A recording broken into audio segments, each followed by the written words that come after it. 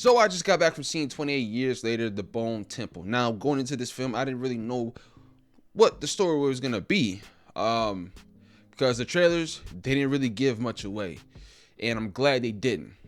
But I knew that we're going to be getting something between Samson and the doctor.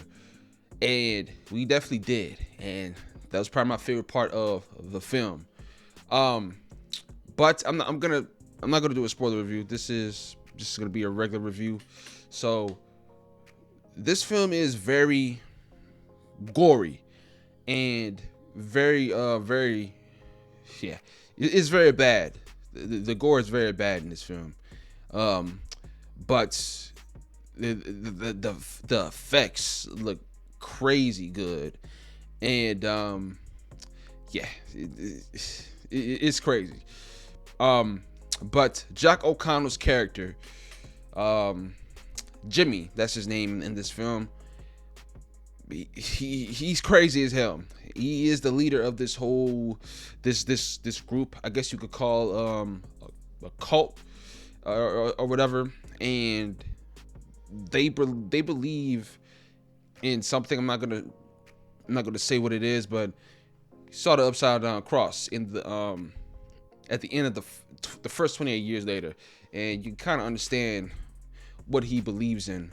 And there's two stories that we're following: the one with Samson and the doctor, which I absolutely love what they did with that and what they built up with that story, and the way it ends has me intrigued, and I really want to see where it's gonna go with with Samson. I want to see where it's gonna go with him.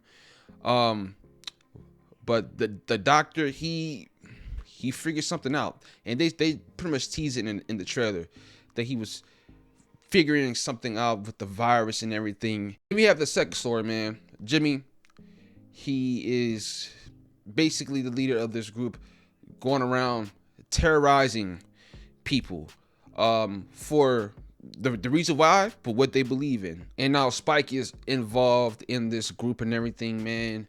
And what he had to do to get into this group is crazy. At the beginning, they pretty much set up what this group stands for and how brutal and freaking crazy this group is. And yeah, what the way they left off in the first film, I know people were kind of mad that that film ended with the little Teletubby thing, whatever they were doing with that one. It shifted the tone, and this film right off the bat tells you this ain't gonna be no Teletubby stuff. This ain't gonna be no funny shit. This is gonna be some real deal craziness, and yeah, they didn't hold back at all with this group. And the characters that we are following with this group, the two main ones, obviously Jimmy Crystal. I'm just gonna say it. And Jimmy Crystal is the leader, and the other two, obviously Spike and another Jimmy Inc. I think that's what her name is. And then we get to see the group slowly start to break apart and everything, man. And one character that starts to see that this might be some bullshit, you know, and she starts to see it, and yeah, a lot happens at the end. And there's also this one scene where this group is going after this family and everything, and that whole scene is freaking gruesome as hell. And yeah, they didn't hold back with the gore in that scene, and that scene is really nasty. It's really nasty, man. But the shining light in this film is the Samson and the doctor. What is his name? Dr. Ian, I think it's his name. Yeah, that whole thing with them is very interesting. I didn't know how they were gonna handle this, but they did it so well. Nia DaCosta, she did amazing with this film. Um, just just the camera work, the cinematography and everything, man, perfect. Um, and I'll also say that the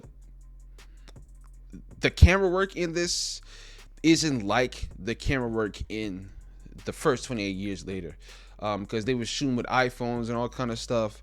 They did something that had never been done at, I don't know if it's been done before, but they filmed it very different from anything I've seen, and especially with the kills in the first 28 years later. The kills were crazy, and you can see when the arrow is hitting somebody's face, and the cameras go around like that shit was fire. But they don't do anything like that in this film, and it didn't need it. And the story is, it had me so intrigued, bro. And when we get to the part where these stories collide and everything, I didn't know how they were gonna end this film, because a lot had happened. But yeah, what they did at the end of this film was freaking fire as hell. Ian, the doctor, the man is a freaking genius, and what he had to do, he went above and beyond, because honestly, his life was on the line, and he went above and beyond, and he played that part. I'll say that for sure. But it gets to a point where Ian starts to see that this group is bad, very bad. Then he ended up making the decision, man, and I didn't know where they were gonna go with that scene, but damn it, they cooked. Nia DaCosta, she cooked, and yeah, I'm not gonna say what happened, but that ending was freaking insane. And Samson, I'm really interested in seeing what we're gonna be getting, if we're gonna be seeing them return. I'm interested in seeing what we're gonna be getting from Samson and everything, man, because a lot was revealed, and hopefully we can continue to build off that. But I don't know. I don't know if we're gonna continue to build off that. I don't know if we're gonna be able to get what the Dr. Ian discovered. I don't know if he wrote things down. I'm not sure. I'm pretty sure he did, but I want to see them continue to build off that, because that is what happens with that whole virus thing is very big, and I don't know. We just got to wait to see. But the true ending to this film, man, I will say this: they gave me what I wanted, and they are giving people what they have been waiting for. And when this next film comes out, which they pretty much confirmed, if this film does well, which I don't know if it's gonna do well or not. It might do well overseas. In America, I don't know, but we just got to wait to see. But the next film, what they set up in the next film, I am all for it. And who couldn't be? If you're a fan of this franchise, you're gonna be all for it. You know what I'm saying? And I hope they end up making this third film, because I believe they shot this back to back, I believe. And don't know if they filmed the third one. I'm not even sure if he even has a release date, but I'm guessing they're waiting to see how this film does in the box office and everything. It's January, so it should do well. But we just got to wait to see. But this film was amazing. From start to finish, I was hooked with the story and everything, man. I will say this: the shots aren't as good as the first film, but I still enjoyed the shots of the landscape and everything, man. It was just incredible, and I can't wait to see what comes next. I cannot wait to see what they do. But that's all I really got to say about this. I give this film out of 10. No cap, I give this film a 9 out of 10. I give this film a 9 out of 10, dog. This film is amazing. And 20 years later, the first one, that should be going for some awards right now, man.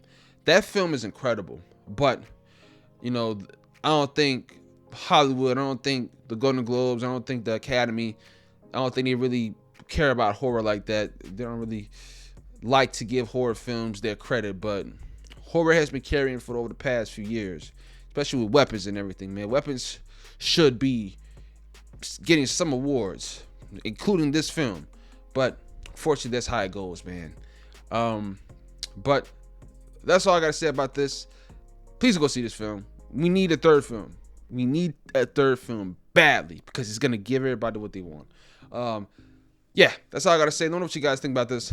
Down in the comments down below. Thank you guys for watching. Please like and subscribe.